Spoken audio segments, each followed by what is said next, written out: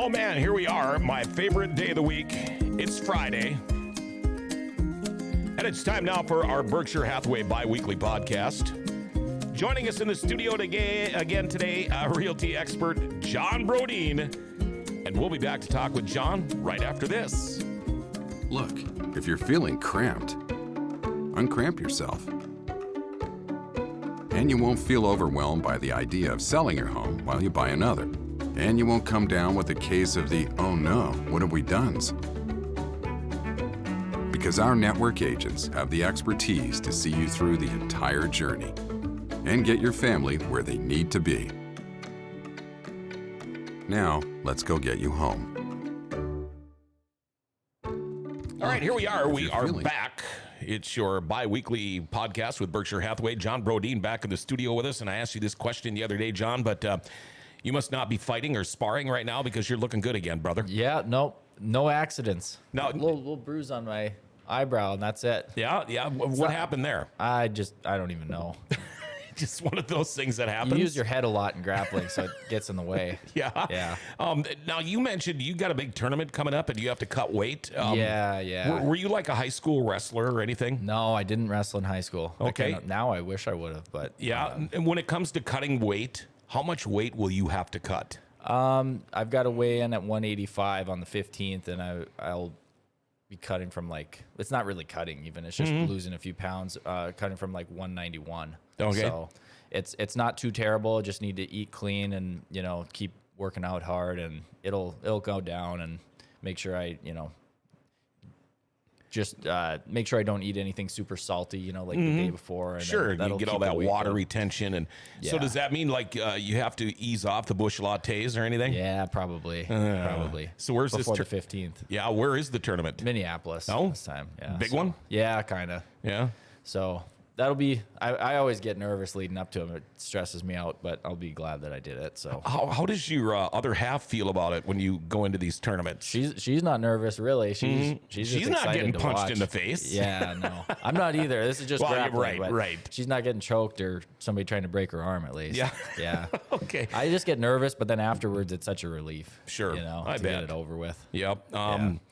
You think we need to talk about realty stuff? I guess. We probably should. Right? I want to ask you, what should they expect in negotiating when buying a new home? Because I would imagine right now with inventory and all that, negotiations are probably more than they have been in the past. Maybe I'm wrong. Yeah, they can be more intense and more nerve-wracking for buyers. That's for sure. I get asked this all the time, so this is a good topic for us to cover. People say, they'll ask me, so how much do you think they're negotiable on their price? Or, how much do you think they'll come down on their price? In order for us to really give a good answer, it really depends on the situation. There's 3 situations it could break down to.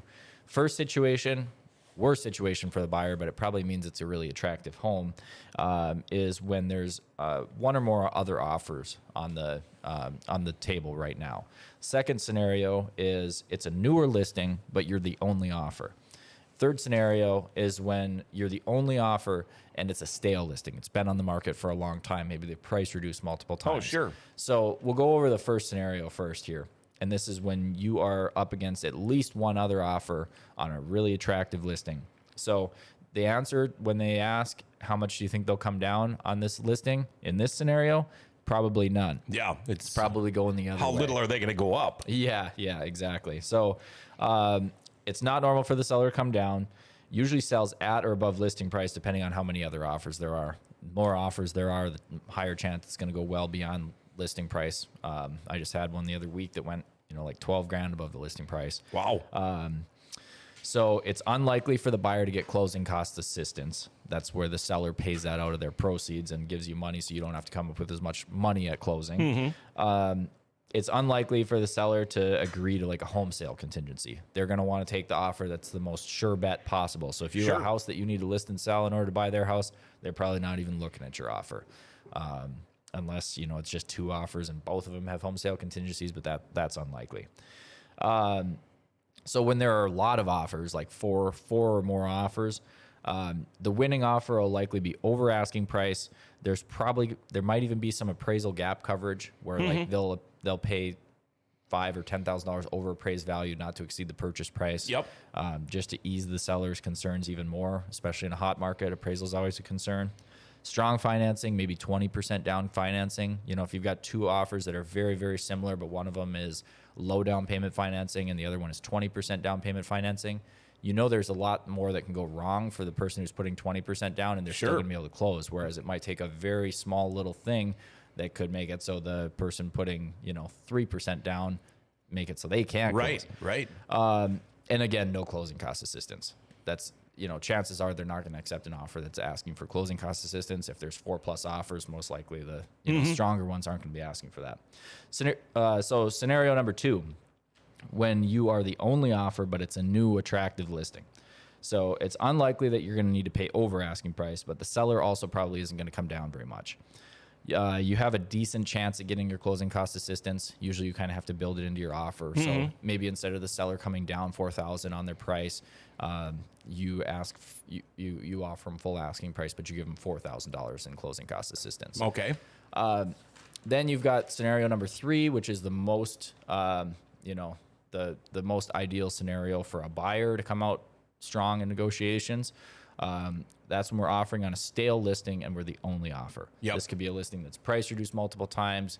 Maybe there's something about it that makes it not very attractive. Maybe the marketing is wrong on it, where they're forgetting to, maybe they've got it listed accidentally as a 1-car garage and it's actually a 2. Maybe they've got it, they're forgetting to mention a really important marketable trait about the house. You never know what could cause a house to stale on the market. Price could have been way off with their initial price, and now they price reduced 3 times.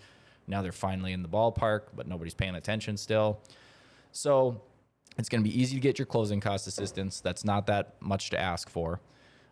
They'll probably negotiate down more than average. So the average home negotiates down, on, let's say, a $240,000 home. It's pretty normal for the sellers to negotiate down maybe like $6,000 in today's market on average. That includes the houses that don't negotiate down at all, and includes the houses that negotiate down more than average. So the average is roughly $6,000, and that's based on homes that have sold in the past 6 months. So it's not counting these homes that are in tons of bidding wars this spring. So that average will probably go up if you were to check 6 months from now. But yeah, and it's more likely that you'll be able to get by with a home sale contingency, just since there's less other attention on the listing. So they don't have as many options, and you might be their best option, even if you have a home sale contingency. You mentioned maybe there was a mistake on the listing. Like, no, it's a 2-car garage, but they've got it listed as a 1-car garage. With all the legwork that you guys do at Berkshire Hathaway, I could imagine that wouldn't be listing from you guys. That wouldn't be one of our listings. No, I mean, you see some mistakes, like just where they fail to properly advertise a really attractive trait of a property. Maybe there's no, it's kind of hard to even explain. Maybe there's no photos that show the basement, and the basement was recently remodeled, or maybe the agent just put it up with the county photo only. And the more likely mistake is improperly pricing it. So that's a sure and not doing the legwork. Yeah. In my opinion. Yeah. Now, inventory still pretty low. Very low. Okay, so I would imagine now then the more than one offer is it more popular now? Are you seeing it more now than you have in your realty career? Certainly, yes. It was right when I started real estate back in 2014. It was probably the most similar that it's ever been to what it is right now. It was a hot market then, low inventory, prices were rising rapidly. Right now it's probably more dramatic though, even than it was back then. And yeah, you're seeing that scenario number 1, multiple offers. You're seeing that very commonly on new listings. New attractive listings that are priced appropriately are, you can almost bet that this is going to happen right now with the amount of inventory that's out there. Houses that are really reaching too far on the price or their marketing is bad, they didn't put the photos up, they missed some steps or whatever. It's still possible for houses to sit on the market for a long time, or just maybe a really unique property that's hard to find the right buyer for. You still do see houses staling on the market, sitting for a long time. So a house that's sitting for a long time and they've price reduced many times, it's still not getting very much attention. But these new listings that are priced appropriately and are attractive listings, they are getting swamped with showings and offers right away. So I would imagine you can alleviate some of these worries, headaches, problems, or whatever.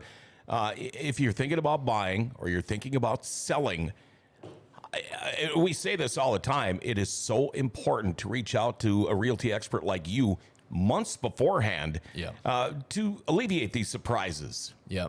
Be well prepared. That's how you're going to, like I said, it's hard to work something out right now on an attractive listing with a home sale contingency. So you need a plan for that. That might be, it's a little more uncertain for you as a seller, but it means taking that leap of faith, putting your house on the market and negotiating with a buyer that it's going to be subject to you finding the home of choice. You might have to get a contract on your home before you can actually shop for homes right now. And that's a scary thing for sellers, but it's something that we can help you with every step. And we've got tons of different options and programs and everything that I can tell you about, if you sit down with me, that we're going to make this thing as smooth as possible. And it's going to be low risk to you. Even though it seems scary, I promise that it's not. Yeah. I like that term, leap of faith. It is right now. It would be. Yeah. But I would imagine the leap isn't quite as high of a leap if they contact you. Yeah, no, I mean, right now, the easy part is probably going to be getting their home listed and sold, especially if they list it with me. We're going to do everything right. Chances are, if it's the right type of home, we're going to be able to get, strong offers. We want to negotiate. If you need to buy a new house, we want to negotiate that it's going to be subject to you finding your home of choice, right? And then that gives you some extra time. You're going to be shopping for a home. And as long as we're realistic about what we're looking for in a home, I can send you a list of, all the homes that have sold in the past 6 months. Mm-hmm. And you can tell me how many of them you would have actually bought for what they sold for. If there have been, just to make it easy, if there have been 6 out of those, let's say there's been 30 homes that have sold in the past 6 months in your price range you want to buy in, and there have been 6 of those that you're like, I would have bought that house for what it sold for. Mm-hmm. Then you know that roughly one house per month that you are going to find attractive is going to come on. And if you're looking back at the past 6 months, those are slower months than the ones coming up. So it'll probably increase. You'll have even more than one per month coming on that you could jump for. You just need to be ready to jump when that hits. Because if you don't have that offer on your house and there's other buyers involved, you're not ready. We had mentioned on Wednesday about track records for people like you and things like that, reputation. If somebody is just tuning into this Berkshire Hathaway biweekly podcast for the first time and they're thinking, all I'm hearing is blah, blah, blah, blah. Mm-hmm. If somebody wanted to find out about your track record, your reputation, John Brodin, realty expert, can they do that? Yep, I can. Everything I provided, and you could look back at Wednesday's podcast, and everything I provided is straight off the MLS. So I can get you printouts from the MLS in the various places where I'm able to gather all this information about myself and about the averages in Grand Forks. This is mostly for sellers looking for which listing agent does the best job. Mm-hmm. Those are the type of people who are going to be interested in finding out this information, and I provide it to sellers who interview me all the time. I'm in competition against other agents all the time for a listing. And, this is what I bring with me a lot of times. There's others. I can explain everything I do with marketing. I can explain everything I do with, research and pricing, but it's how are they going to know that it actually works unless I show them my track record? Right. Yeah. So if somebody is watching this podcast for the very first time and they think, you know what, this is the guy I want to get a hold of, how do they get a hold of you? John Brodin. You can follow my Facebook page. You can reach out to me on my cell, 701-213-5428. My Facebook page, I make monthly market updates. If you're less serious and you want to just, get to know me, John Brodin, Berkshire Hathaway Realtor on Facebook. Have yourself a wonderful weekend. Yes, you too, John. And if I don't see you by the time that tournament comes, good luck. Yes, thank you. All right. There you go. John Brodin, your realty expert with Berkshire Hathaway. And you know what? If you want to team up a little bit, maybe make that new house you're buying just a little bit nicer for you, get a hold of Executive Properties. They do all types of commercial and residential work, and these guys get it done right. Even if they can't do it, they're going to refer you to somebody that does. But I tell you what, if you're buying a new house with John Brodin and you want a little tweaking done to it, get a hold of them, all right? For all your general contractor needs. Executive Properties, 701-330-1273, or go to executiveproperties.org. Well, for the week, there we go on a Friday, your Berkshire Hathaway bi-weekly podcast with your realty expert, John Brodin. He gave you the numbers, he gave you the website and all that stuff. You need his work done? Get a hold of him. It's that simple. Have yourself a great weekend, everybody. We'll be back with the Berkshire Hathaway bi-weekly podcast next Wednesday.